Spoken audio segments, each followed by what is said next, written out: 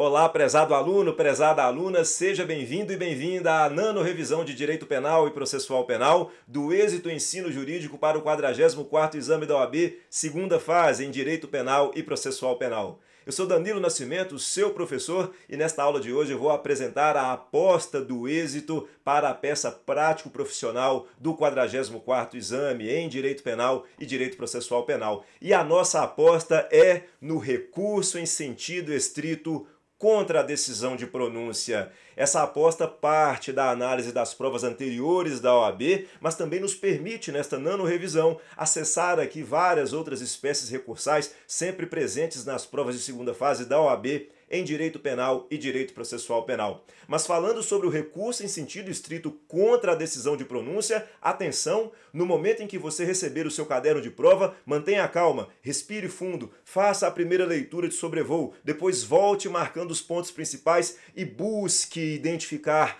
a palavra e expressão-chave que é o juiz pronunciou o acusado ou réu, ou foi proferida decisão de pronúncia, ou foi prolatada sentença de pronúncia. Essa é a palavra ou expressão-chave que permite, então, que você anteveja que o recurso cabível será o recurso em sentido estrito contra a decisão de pronúncia, que tem por fundamento normativo o artigo 581, inciso 4 do Código de Processo Penal. E nesse plano, portanto, você terá ali a interposição da peça cabível, que é o recurso em sentido estrito contra a decisão de pronúncia. E nesse plano, vamos rememorar aqui que o prazo para a interposição do rese, do recurso em sentido estrito contra a decisão de pronúncia, é de 5 dias, conforme artigo 586 do CPP, e você deve mostrar ao examinador que o seu recurso está sendo interposto de forma tempestiva. Os exames da OAB pedem que os candidatos e candidatas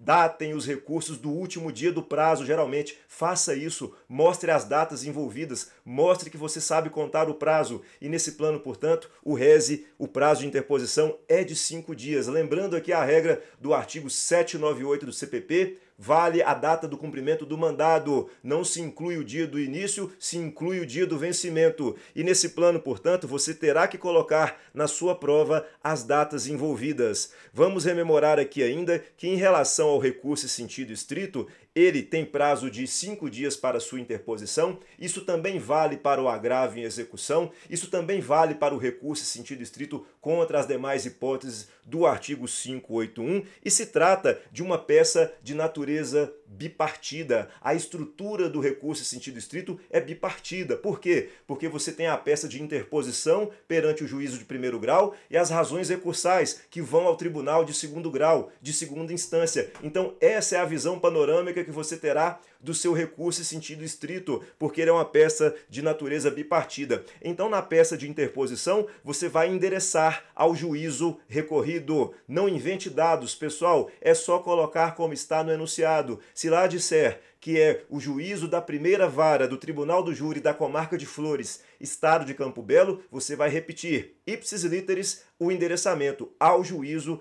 da primeira vara do Tribunal do Júri da Comarca de Flores, Estado de Campo Belo. Professor, se não disser qual é o número da vara, você não vai colocar. Você coloca 3 pontinhos, você salta um espacinho. Não invente informações. Em seguida, você coloca processo número e vem logo com a qualificação do recorrente. Ocasião em que você, se o réu for fulano, você vai escrever fulano, não é fulano de tal. Não vale colocar informações adicionais, senão você vai ser identificado, se considerar como identificação e você será eliminado. Você, portanto, coloca a qualificação e diz que estará interposto o recurso em sentido estrito. Lembre-se, além de nominar a peça corretamente, pessoal, tem que nominar a peça corretamente. Não pode errar a peça. Mas também, lembre-se, coloque a fundamentação. Qual é a base normativa aplicável? No caso aqui, artigo 581, inciso 4 do CPP. Em seguida, você vai colocar a tempestividade, um aspecto crucial para a admissibilidade do recurso. Diga quais são as datas envolvidas. Ateste a tempestividade do seu recurso em sentido estrito. Mostre a fundamentação no artigo 586 do CPP. A OAB pede que seja datado o recurso no último dia do prazo. Você vai fazer a contagem corretamente. Em seguida, não se esqueça, no recurso em sentido estrito, assim como acontece no agravo em execução, você vai pedir o juízo de retratação, que tem fundamento no artigo 586 do CPP. E nesse plano, você coloca nesses termos, pede deferimento, local, atenção, não invente local. Se o juízo é de Flores, não quer dizer que o local de onde o advogado peticiona é Flores. Então, local e data. Se a OAB pede para datar o recurso, você vai datar conforme a OAB exigir. Se for no último dia do prazo, coloque o último dia do prazo, estará sendo pontuado. Advogado e OAB, aqui vale sempre lembrar, jamais se identifique na prova. Em seguida, você parte para as razões recursais, aqui endereçando, no caso da Justiça Estadual, o Tribunal de Justiça do Estado respectivo, aqui, o Estado de Campo Belo. Se for da Justiça Federal, Tribunal Regional Federal da região respectiva. Lembrando, não invente dados. Em seguida, novamente, a qualificação dos recorrentes e recorrido. No caso aqui, recorrente e recorrido. Se for agravo e execução, agravante, agravado. Se for apelação, apelante, apelado. E vem logo em seguida a menção ao número do processo, para em seguida a introdução das razões do recurso em sentido estrito. Novamente aqui, invocando o egrégio Tribunal de Justiça do Estado de Campo Belo, colenda Câmara Criminal. Se quiser, pode colocar eminentes desembargadores. Ao que se segue a indicação dos fatos. Quando você for indicar os fatos, em qualquer recurso, você vai fazer um breve apontamento, uma breve remissão ao enunciado.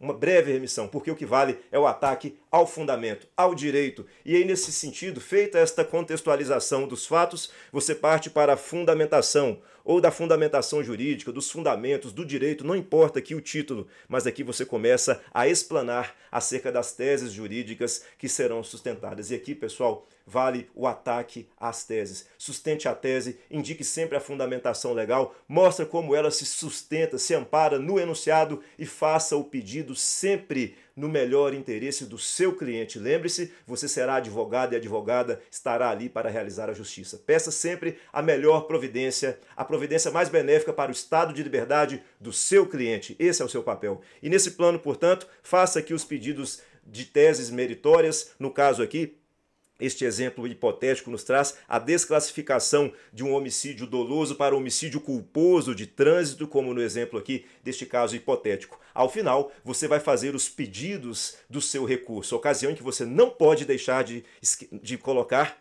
a menção do conhecimento e provimento do presente recurso em sentido estrito para que seja reformada a respeitável decisão recorrida, a fim de que, e aqui você enumere os pedidos que você tem a fazer. Vejam, pessoal, não se esqueçam, por favor, não se esqueçam de colocar o pedido de conhecimento, provimento e reforma da decisão recorrida. Conhecimento do recurso, provimento do recurso e reforma da decisão recorrida. Isso vale ponto na FGV, vale 0,20 a 0,30, quase 10% da nota está nessas duas palavrinhas mágicas, conhecimento e provimento. E diga quais são os pedidos. Vale aqui ser bastante detalhista. Coloque esses pedidos que são feitos aqui ao final do recurso.